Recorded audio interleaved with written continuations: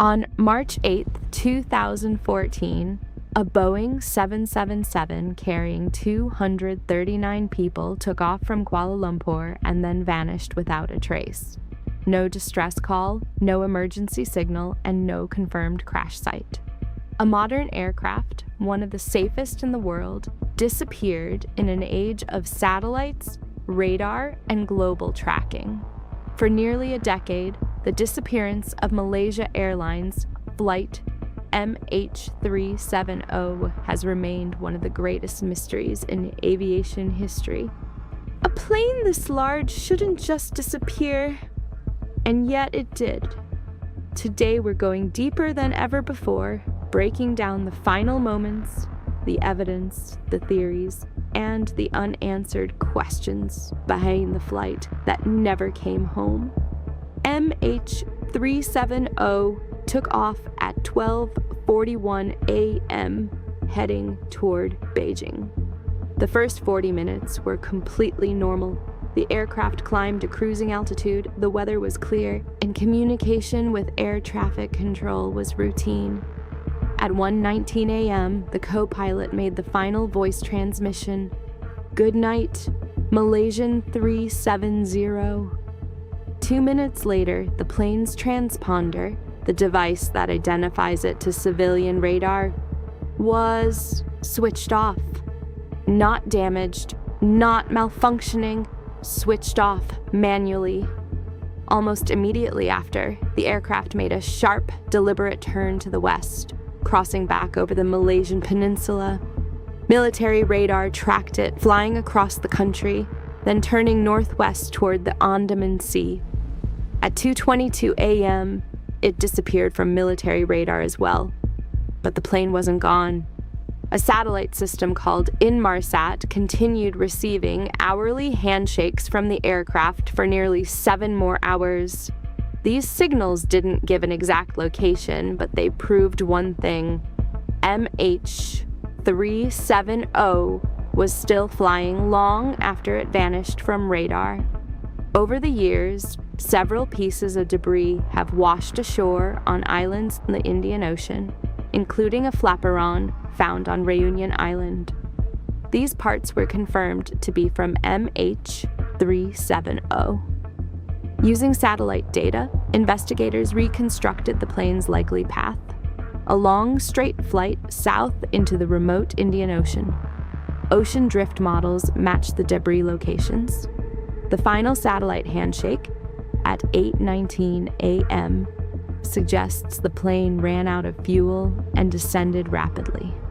But despite the largest search in aviation history, covering over 120,000 square kilometers of ocean floor, the main wreckage has never been found. No fuselage, no engines, no black boxes, nothing. Now, we get into the theories, the part that keeps this mystery alive. The first theory is pilot involvement. Some investigators believe Captain Zahari Shah may have deliberately diverted the plane. A flight simulator found in his home included a route into the southern Indian Ocean. Supporters of this theory point to the controlled turns early in the flight and the fact that the transponder was manually disabled. But there's no confirmed motive, and many experts argue the evidence is circumstantial. Zahari had no known financial issues, no extremist ties, and no history of instability. His family and friends strongly deny the theory. The second theory is a sudden fire or decompression. This suggests an electrical fire or rapid loss of oxygen disabled communications and incapacitated the crew. The plane could have flown on autopilot until fuel ran out. But critics argue that a fire strong enough to knock out systems would likely have brought the plane down much sooner. And a decompression event would not explain the deliberate turns made early in the flight. The third theory is hijacking. Some believe the plane was taken over, either by passengers or external actors. But no group ever claimed responsibility, and no demands were made. Hijackings almost always involve communication. This one didn't. And the idea of a passenger storming the cockpit, disabling systems and flying undetected for hours is considered unlikely by most experts. The fourth theory involves stolen cargo or sensitive materials. Some point to a shipment of lithium batteries, others to sensitive electronics being transported that night.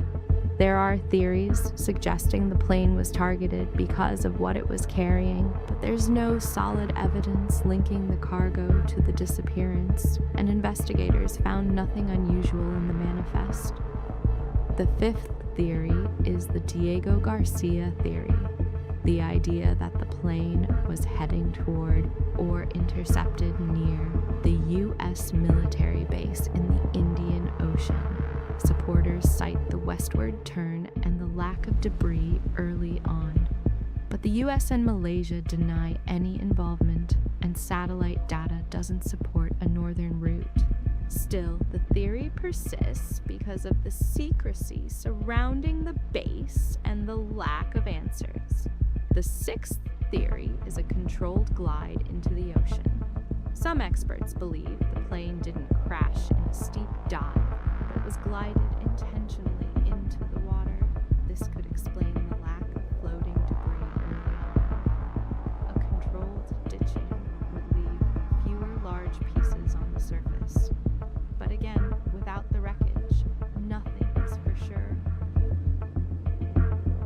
There are also more fringe theories, from cyber hijacking to remote takeover to catastrophic structural failure. But none of these theories fully explain every piece of evidence. Some explain the flight path, but not the debris. Others explain the debris, but not the deliberate turns. And some explain the turns, but not the satellite data. Based on the available evidence, the most widely accepted explanation is this: MH370 experienced a sudden event, whether mechanical, electrical, or intentional, that disabled communications and left the plane flying on autopilot. It continued south for hours until it ran out of fuel and descended into the Indian Ocean. But without the black boxes, we can't confirm anything, and that leaves us with the unanswered questions. Why was the transponder turned off? Why did the plane make deliberate turns? Why was no distress call made? Why did the plane fly for hours with no communication? And how can a modern aircraft vanish in an age of satellites and global tracking? For the families of the 239 people on board, the lack of answers is the hardest part. A decade later, they still have no closure, only theories, fragments, and a vast, empty ocean. The search has been suspended, resumed, suspended again, and debated endlessly. Some believe the wreckage will eventually be found. Others believe it may never be discovered. The Indian Ocean is one of the most remote, deepest, and most unforgiving places on Earth. If the plane lies in a trench or canyon, it may remain hidden forever. So what do you think happened to Flight MH370? Was it a mechanical failure, a deliberate act, or something we still haven't considered? Let me know your thoughts in the comments. And if you want more deep dive mysteries like this, subscribe. There's a lot more coming.